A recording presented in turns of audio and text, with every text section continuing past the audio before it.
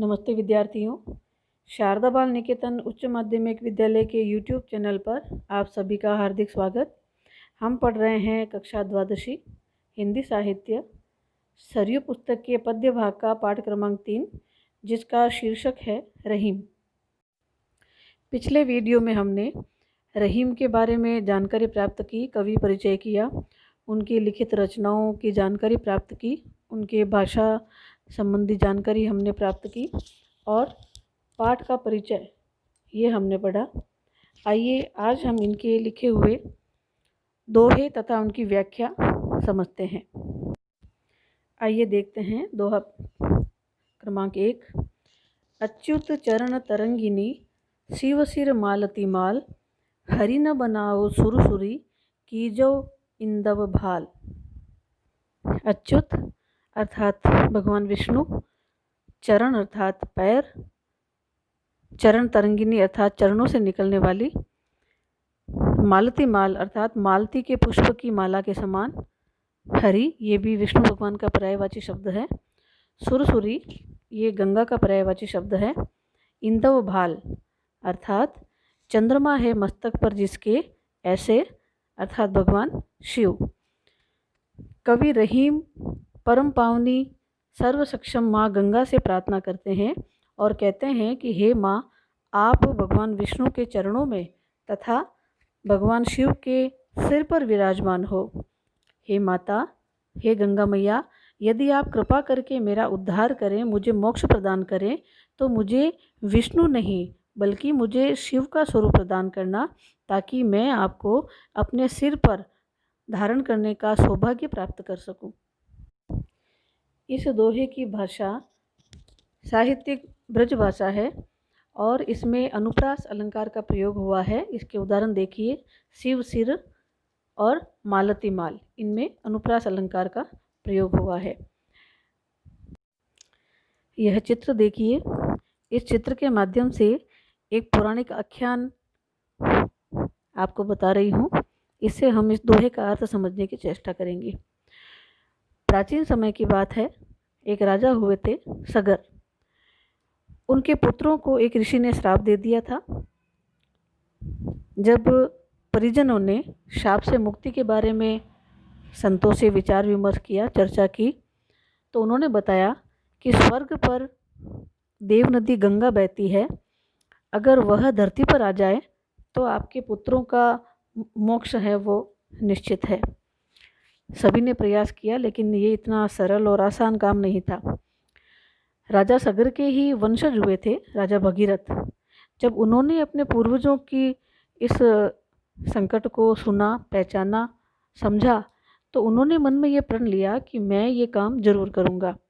तो राजा भगीरथ ने कठिन तपस्या की, जिससे भगवान विष्णु प्रसन्न हुए और उन्होंने कहा कि आपकी इस तपस्या से मैं प्रसन्न हूँ और आप देव नदी गंगा को धरती पर ला सकते हैं, लेकिन धरती और स्वर्ग के बीच की जो दूरी है, जब देव नदी गंगा धरती पर आएगी तो उस समय इसका वेग संभालने वाला भी कोई चाहिए, क्योंकि देव नदी गंगा का वेग इतना तेज होगा, इतना तीव्र होगा कि वो धरती पर प्रवेश करते ही पाताल में समा जाएगी।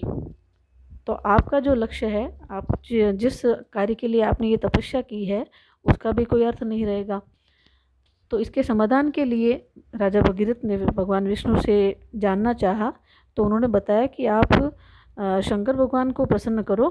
अगर वो अपनी जटाओं में गंगा के वेग को झेलने में सक्षम हो जाते हैं तो आपका जो कार्य है वो अवश्य ही बन पड़ेगा। तो राजा भगीरथ ने भगवान शिव की तपस्या की। तपस्या कोई 1-2 दिन, 4 दिन, 5 दिन में पूरी नहीं होती, वर्षों वर्ष लग जाते हैं और बड़ा ही कठिन काम होता है। तो राजा भगीरथ ने अपने तपस्या के माध्यम से भगवान शंकर को प्रसन्न किया और उनसे भी ये वर प्राप्त किया कि वे गंगा के वेग को अपनी जटाओं में धारण कर लेंगे। भगवान शंकर के इस प्रकार आश्वासन देने के पश्चात गंगा नदी जो है वो स्वर्ग से धरती पर आई और शंकर भगवान ने अपनी विशाल जटाओं में उसको धारण किया, जिसका रहीम जी ने सुंदर उपमा दी है, मालती माल, यानी मालती के पुष्पों की माला के समान आप भगवान शंकर के जटाओं में रहती हैं। तो इस प्रकार भागीरथ के अनथक प्रयास करने के उपरांत देव नदी गंगा, जिसका आज हम भी दर्शन करते हैं, वो देव दुर्लभ कार्य संपन्न हुआ। राजा भगीरथ के कठिन प्रयासों को भी हम मुहावरे के रूप में भी प्रयोग करते हैं, जैसे फला काम के लिए भगीरथ प्रयत्न हुए थे, यानी अत्यंत कठिन परिश्रम किया गया था।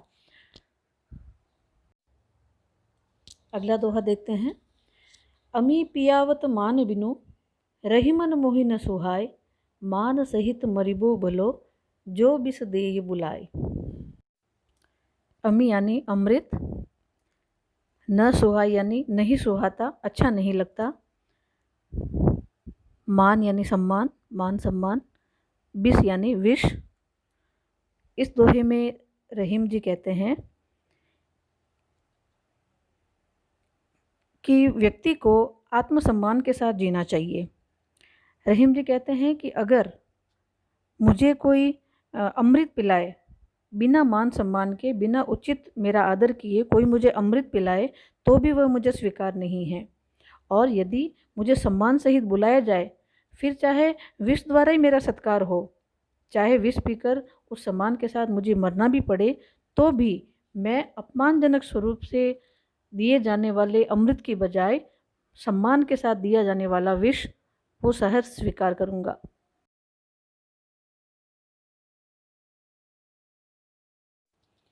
कदली सीप भुजंग मुख, स्वाति एक गुण तीन, जैसी संगति बैठिए तैसो वही फल दीन।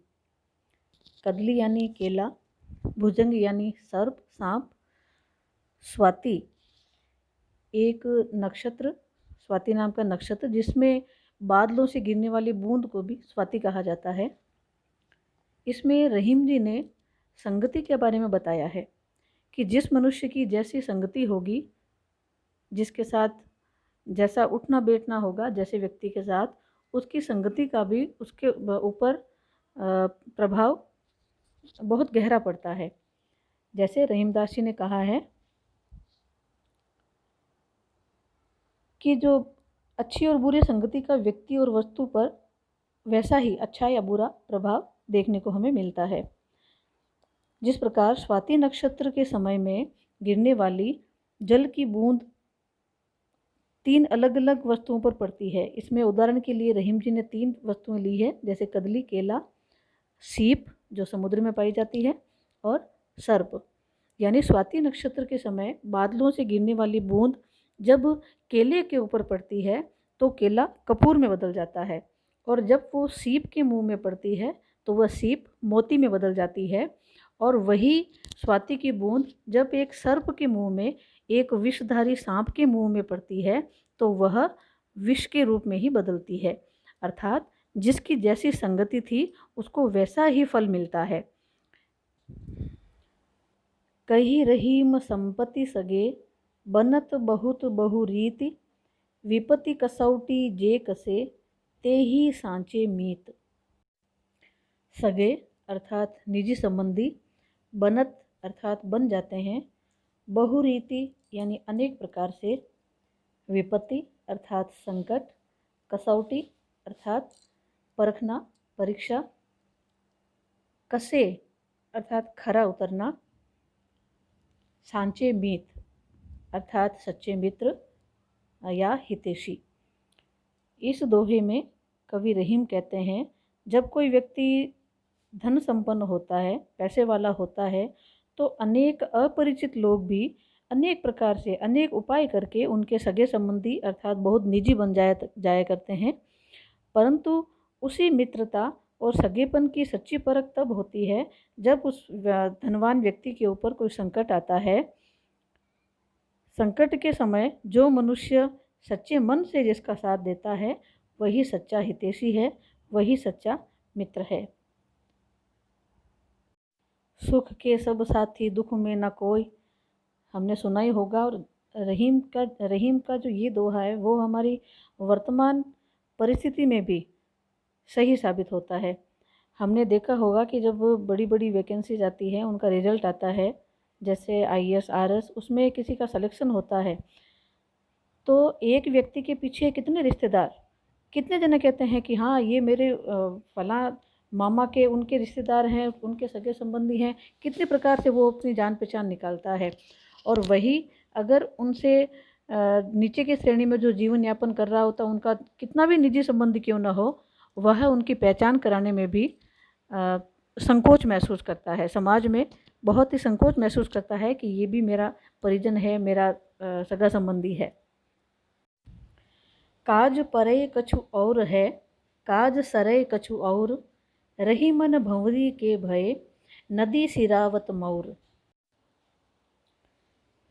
काज पड़े अर्थात काम पड़ने पर, काज सरे अर्थात काम निकल जाने पर, कार्य पूरा हो जाने पर, भंवरी अर्थात विवाह के फेरे, सिरावत यानी बहा दिया जाता है, मौर यानी मोड़, विवाह के अवसर पर जो वर वधू के सर पर मुकुट जैसा एक तरफ बांधा जाता है उसे मोड़ कहते हैं। तो इस दोहे में रहीमदास जी कहते हैं कि ये संसार बड़ा मतलबी है। आप इसकी व्याख्या सुनेंगे, समझेंगे तो आपको लगेगा जैसे रहीमदास जी 16वीं 17वीं शताब्दी में हुए थे। उस समय के जो परिप्रेक्ष्य में उन्होंने जो बातें लिखी थी वह आज 21वीं सदी में भी उतनी ही महत्वपूर्ण है, उतनी ही कालजयी है। तो रहीमदास जी कहते हैं कि ये संसार बड़ा मतलबी है। यहाँ जब लोगों को काम पड़ता है, किसी से कुछ काम करवाना होता है, उस समय उनका व्यवहार अलग प्रकार का होता है और उनका स्वार्थ सिद्ध हो जाने पर या उनका कार्य पूरा हो जाने पर उनका व्यवहार उसके विपरीत हो जाता है, बदल जाता है। यानी लोग अपना अटका हुआ काम निकालने के लिए बड़ा ही मधुर और सम्मानजनक व्यवहार करते हैं और वह कार्य पूरा हो जाता है तो जैसे उन्हें कभी देखा ही ना हो, कभी जानते ही ना हो। इसका उदाहरण उन्होंने दिया है कि जिस प्रकार विवाह के फेरे के समय मोड़ बांधा जाता है, उसके बड़े शगुन होते हैं, उसकी बहुत देखभाल की जाती है और विवाह हो जाने पर उसे नदी में बहा दिया जाता है। यानी मोड़ की तुलना उन्होंने एक मतलबी इंसान से की है कि व्यक्ति किस प्रकार अपना स्वार्थ सिद्ध हो जाने के बाद सभी को भूल जाता है।